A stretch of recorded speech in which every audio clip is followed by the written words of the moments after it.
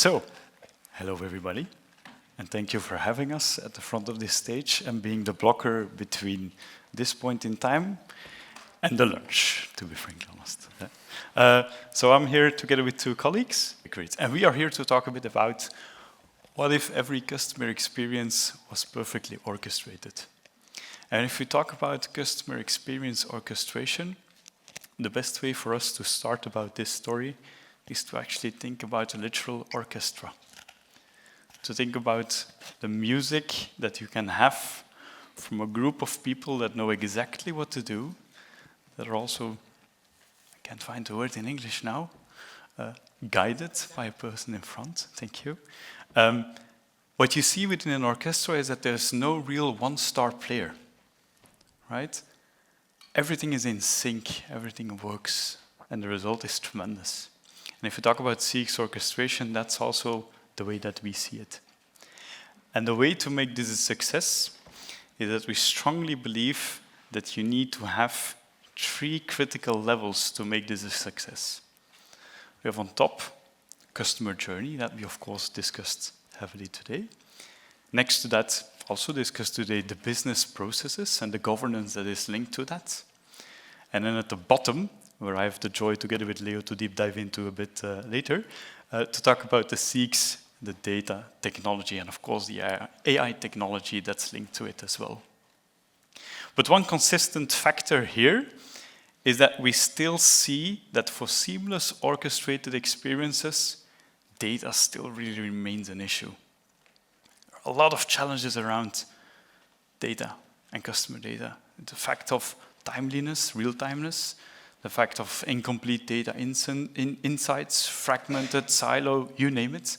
So for us, it also starts with having the right customer data, the right data there and available to leverage everything that was mentioned before. And within the next 40 minutes, or 30 minutes? 30 minutes, we'll discuss this onto 3 parts. The first part will be by Marion. How quickly can you make sense of your data? Second part will be, like mentioned with Leo and myself, to talk a bit more about how, let's say, such an ecosystem would look and what are the bits and pieces that you would need for that. And then the final part is a bit more on the governance perspective, a bit an intro on, is it really clear who makes and decides on all of these aspects? So with that, I'll give the word to Marion. Thank you. So maybe to give a bit of context here, we usually work with very large organizations and we also help them a lot with their data. So bear in mind. So I think with the companies that we see, we often see that the amount of data is not the issue. But the issue comes when how do you actually consistently organize the data in a holistic manner? And this is a circular kind of journey map. You don't have to start reading it. I see some head nodding like, oops.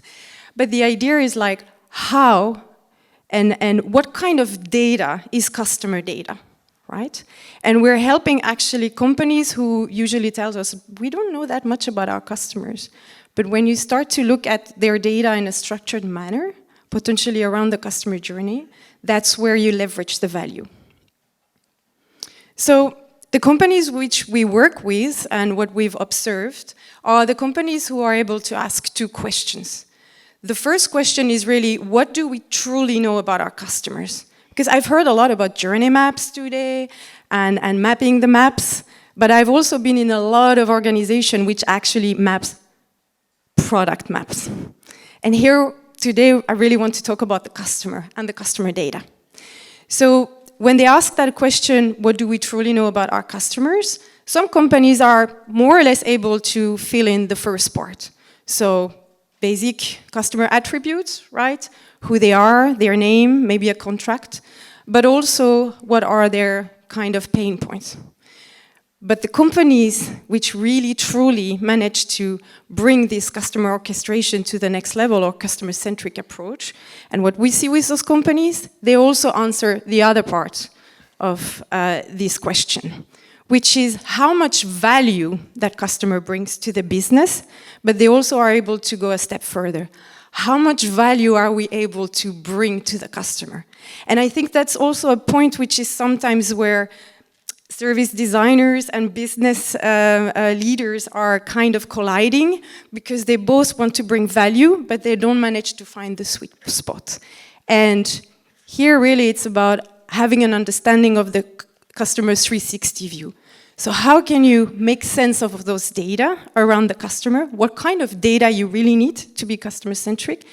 But then there is also another aspect. Understanding that from one customer, how do you scale that? How do you look into your total customer base? So this is really important, and if you want to talk with the business, you really have the opportunity to help them to find out which customer really brings value, which customer is at risk, and how do you want to grow that customer base? Which segment do you want to focus on? I think it was a bit what you had in your slides about the markets, right? And so essentially, the second question is, who are our most valuable customers? Where do we want to focus, right? I used to work in telco. You cannot please everyone. You have very different kind of customers that you want to work with. And so here, answering the who will really drive the actionable strategy and tactics that you will follow up with. And essentially, it's answering, who do you want to get and keep? Who do you want to acquire as customers? Who do you want to grow? And again, the strategy around it will be very different. So the different journey maps as well towards that. And who do you want to manage? So this is very nice conceptual thing, but it's not that easy. And when you start asking those questions to the customers that you are working with, or let's say the companies we are working with, then the question comes, okay, but how do you orchestrate all that data, right? To make sense of it, and how quickly? So we have this kind of 5-step approach, where first you really set the frame. And I think that's where you will recognize you're safe. This is a really high level, let's say, life cycle or journey map. And around that, you can look into what kind of data can we collect, or what kind of data are we already collecting around it? How are those customer data having the ability to be transformed into insights? But let's be clear here. If we're working with business, you need to understand what actually are the value streams that are around those data points across the journey. And so essentially here, you will have 2 parts, or you will have 2 possibilities. And this really to understand how the business think and how the business work with your customer data. On the first part, it's really about the engagement, right? What kind of media, where are you gonna connect, and the first, let's say, touch point with the customer. And as you go into the customer journey, you will really have to, repeat this kind of marketing process, but it doesn't have to be only marketing. It can be also communication, it can be all kind of interaction between the company and the customer, and that's really where the value holds. It's on the second gray area. Here it's very important that as you go in gathering those interactions throughout the customer journey in every touch point, it's very important that your data model are also updated.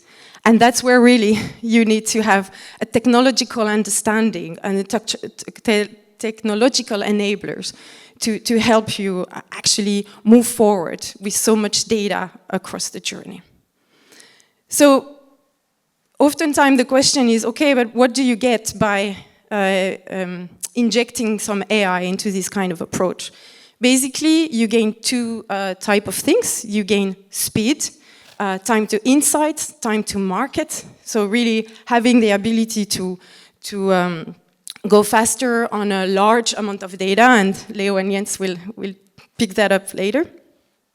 But it's also you have the ability to have foresight. So I think, Mark, you talk a lot about being reactive and proactive, and I think the tech stack will be essential part of delivering that aspect as well.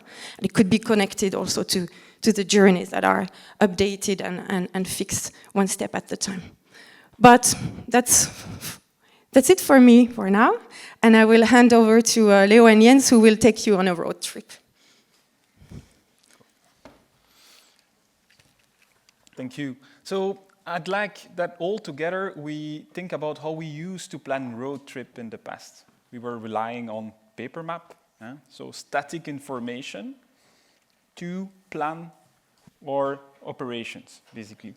Then came GPS systems, looking into information that are more specific to the context that you are right now, but still not unique to you, meaning the other person following you. If you use the same GPS system, we will have the same information as you.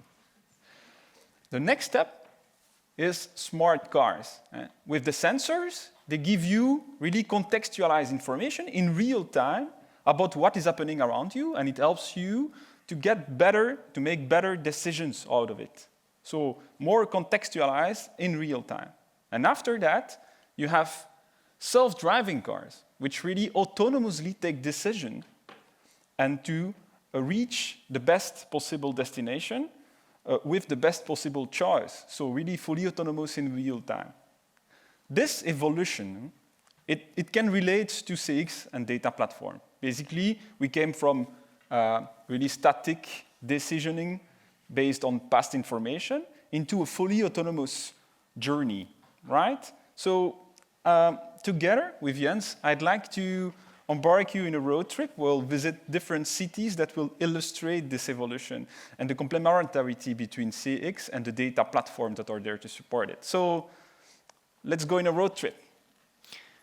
And of course, in a road trip, we visit 4 cities. 4 cities that we'll visit. Each city is named a title. And within every city, we'll focus a bit more onto 2 fundamental parts that we see required there for both the CX technological side as well as the data technological side of things.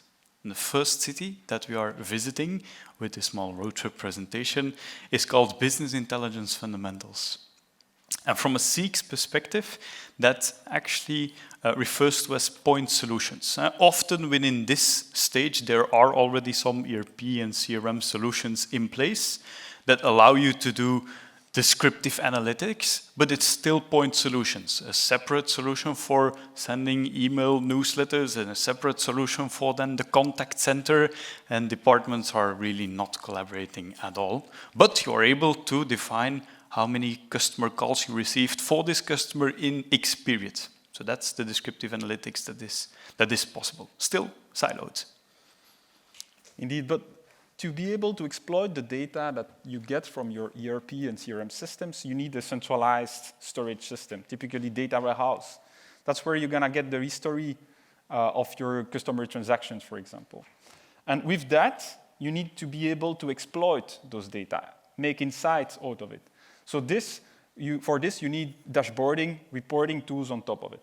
Well, that will allow you to analyze your customer interaction, get insight about it, for example, segment your customers and that kind of stuff and see the trends of sales evolution.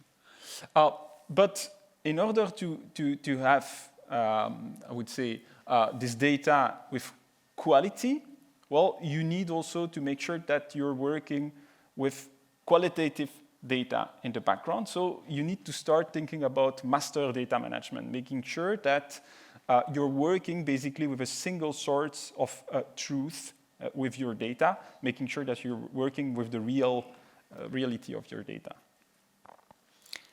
And with that context on both of these sites, we actually end our visit to the first city, allowing us to, if you're still with us, to go to the next city that we have titled Outbound Communicator. Same thing here. From a CX perspective, we refer to it as omni-outbound. Still a stage where we see a lot of companies in, and now they have the possibility to use multiple outbound channels to communicate towards customer. Paper mailing together with, for example, an email, together with, for example, an SMS, right? One technological piece that we often see there as an enabler is a marketing automation platform, enabling you to set up certain journeys in an automated way to leverage these channels that I just mentioned. Now, of course, as soon as you use multiple channels, you need to be able to segment people into certain groups, customers into certain groups, so that becomes a second enabler as well. With this, You also have, of course, the need of analytics, how are every channel performing, etc. And what we see there with the extension of the data side, now that you maybe comment there, Leo. Yes, indeed. Well, the more you start working with marketing automation, the more data you will have popping up and you will want to use, basically. So you will need the capabilities. And that's where big data platform comes in with big data storage and big data processing capabilities like data lakes, for example. That will allow you to make more complex calculation, to calculate trends, patterns within your customer transactions and information, for example. But the more data you have, and the more it is complex to handle its quality, right?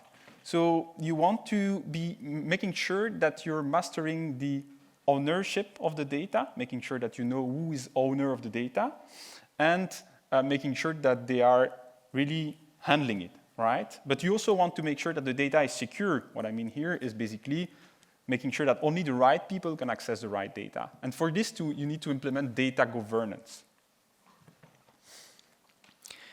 And within this city of outbound communicator, we saw a lot of retailers with, of course, all of this transactional data that they have available in combination with, then, for example, a marketing automation platform taking big strides forward. But one important note here, departments are still split. This was, for example, for the marketing department that they were really taking steps forward. Customer service was still a bit split in that way as well, right? They were leveraging the big data department, but still split. And that shift of that departmental split is actually happening within visiting our third city of this, let's say, road trip. And within our third city that we are visiting, we titled it Bidirectional Interactions. And from a Seek side, this is where this, it's also a bit of a buzzword, omnichannel comes into play. To really combine outbound channels, like the one that I mentioned, with inbound channels, your website, your mobile app, for example, but also your own channels, like the ones that I just mentioned, and paid channels like paid media all together. Because of course, if you want to orchestrate and have interactions with your customer, you need to leverage all of the channels that you have available. And one of the key enablers within this part is identity stitching, both digital and physical. If you do not know who your customer is, the fact that I'm Jens, that my email is jens.peters, blah, blah, blah, that my phone number is this and this and this. Of course, if I gave consent for this, right? If you do not know that it's me, how can you be personal? How can you then interact with me, right? So that's where we see a lot of companies now struggling, especially in bringing those digital and physical identities together. That, of course, means that your marketing automation logic from before should evolve towards journey orchestration and insights, a bit of a new level of thinking of how can we enable all of these channels together in leveraging them towards customers. Yes. Well, to enable this technologically and to link your different channels together, you need to be able to do this in real time to create this unified experience for the customer. So obviously, in the data side, you need to start implementing real-time data integration capabilities. That's how you're gonna make those data flows between your channels and your data platforms in multiple directions. So that's those kind of technology that will bring you the capabilities to create this CX orchestration, which is consistent within your touch point, right? But the moment you start doing this, it also means that your data platform become part of your operational IT environment. So it's not anymore a data platform on the side, it's really part of your core IT systems. So it also means that it needs to be treated as a core IT capability, meaning that you need strong SLAs, you need 24/7 support, you need deployment and development life cycle that are also strong. So that's only that way that you will make sure that your data platform is always reliable and always available, right? I will illustrate this with one of our customers, which is an airline company. And they decided to fully review their CX orchestration journey they wanted to bring, of course, new experience for the customer, and for this also to review fully their technical ecosystem, so change all the tools that are related to CX. And one of the typical use cases that they wanted to implement is whenever a plane is late, right? You enter in the airport, and then the plane is late.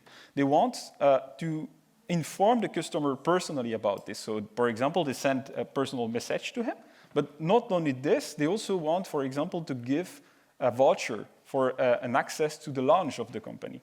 And then, at the same time, they also want the customer care team to be aware of the exact situation of this customer, making sure that they can give contextualized support to him, and that whenever he arrives to them in the lounge, they are ready to welcome him. You need to understand that this company, they have more than 20 data source and communication channels that needs to be synchronized all together in real time. So you can imagine what data integration layer you need to have in place and how strong it needs to be to make it a success. I like this case a lot because, of course, it links to a personal story that we heard before today. But there's a lot of, let's say, this journey management and the context of the journeys, which is, of course, outside of the context of this airline operator. And that was also one of the key challenges that they really wanted to resolve with such a project. With that, we visited our third city in our road trip, enabling us now to go to the final destination of our road trip here. And that's one that we titled hyper-personalization.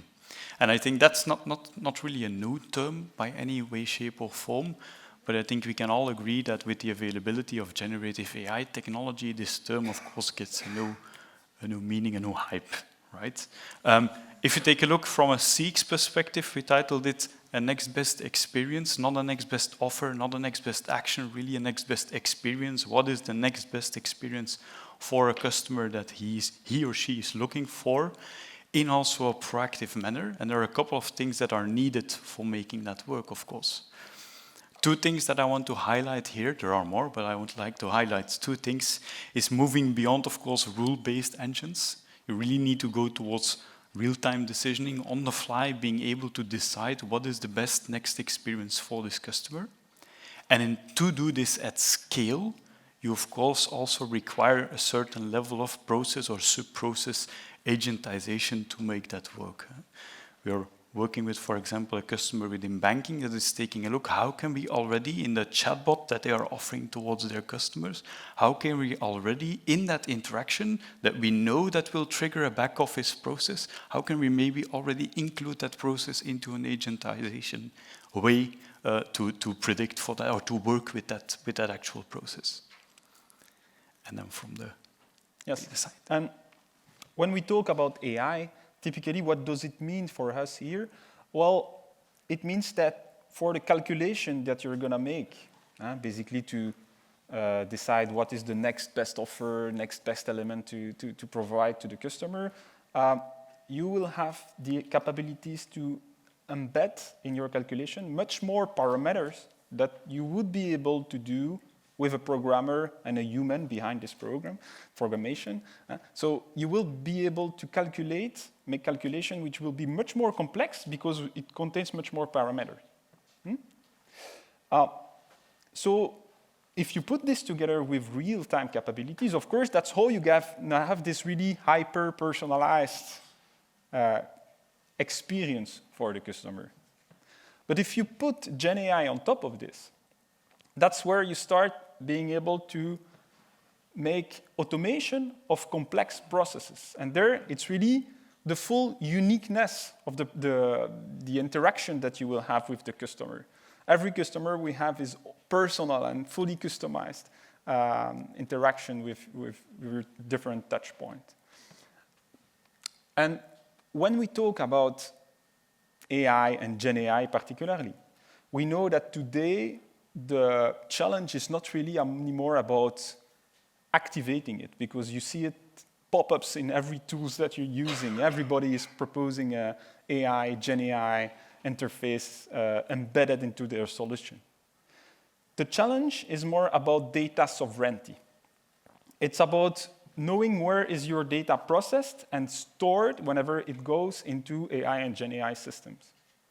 Because you want to make sure that you know that this process that you're putting in place, the activation of AI and Gen AI, keeps compliant and that the data is still secure, because that's the only way for you to keep the trust from your customer.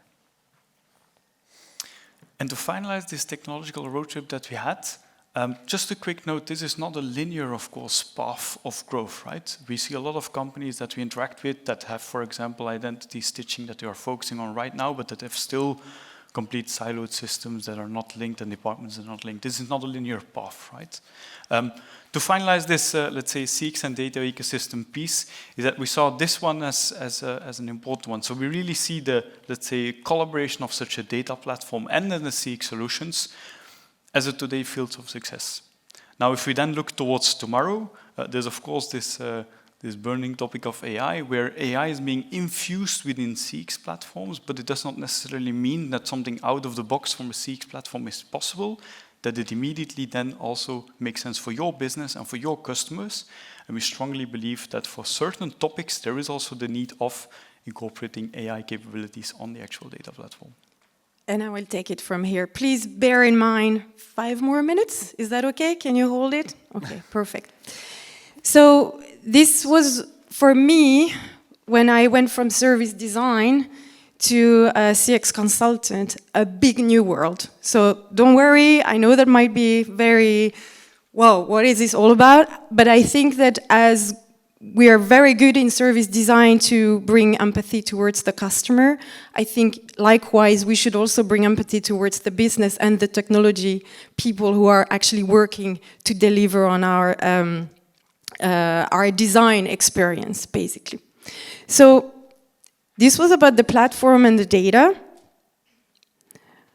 But what we see to bring customer centricity is not just about the data, about your customer and understanding your customer 360. We see that those organizations that master it, they need to have a perspective shift. And that shift essentially is moving from a, let's say, product-centric organization towards a more customer-centric organization. And that's where I really see that there is a potential of journey management, JourneyOps, customer experience management. You call it as you want. I agree with you. It's not about the term, it's about the doing. But essentially, they have 2 things. I can't see even with my glasses. They have 2 things in that perspective shift that you should keep in mind. So it's not anymore about optimizing the data around your product portfolio, but really optimizing the value of each of one of your customers. So hyper-personalization is one case here. And it's also moving from customer experience managed around touchpoint. And I think, Mark, this morning you mentioned about the key moments or the key journey. I think it's really about managing CX along the end-to-end journey across the different touch points. So it's bringing a more large perspective into that. And so how do you actually make this shift actionable? And that's where I think JourneyOps really come into play. And from my experience, and also when we help company, and I think, Esther, that's also what you are doing greatly, is you first need to organize yourself, right? So organizing yourself for delivering value for your customer is the first thing. This is very simplistic. Of course, depending on your journey framework or life cycle within the company, you should adapt that. So, but to be able to be listened by the business, you cannot just focus on the value you bring to the customer. You need to align with your business journey. And you need to be able, I hear that a lot in service design talk, you need to align with the business. Let's be frank. In today's world, CX is not about NPS. It's about bringing value to the business. It's about customer lifetime value. You need to bring those KPIs into play. And here, I think that one of the issues we see is that if you go to an organization and you ask who owns CX, and then you have the marketers, we own CX. And then you go in another part of the organization and you have customer care. We own CX, okay? But what if it's not about ownership, but about accountability? And I think it was amazing that you showed those KPIs, so it's beyond NPS.